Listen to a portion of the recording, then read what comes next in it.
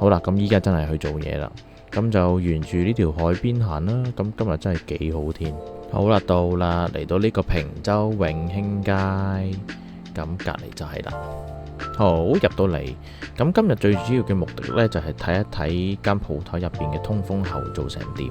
咁主要睇幾個重點啦，我哋就睇下佢鮮風系統派得均唔均勻啦，啲喉駁咗去邊啦，同埋廁所有冇做翻一個獨立嘅抽氣系統。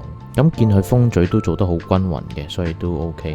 咁依家入去廁所睇抽氣，咁就見到佢有一個側身嘅側嘴啦，就係一個抽氣嘴。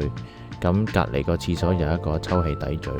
咁就駁埋出邊嗰個抽氣線，咁駁出街呢條喉就未做嘅，咁就喺呢個窿篤出去。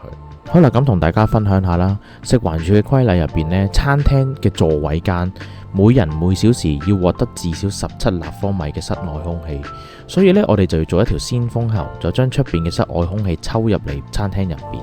好啦，咁依家睇埋出邊啦。咁出邊只係睇下佢啲風喉道嘅位置係咪一個露天位啦，我哋叫 open air。好啦，咁依家入翻去畫埋張通風圖就搞掂收工。好，搞掂啦，依家走啦，我哋下集再見。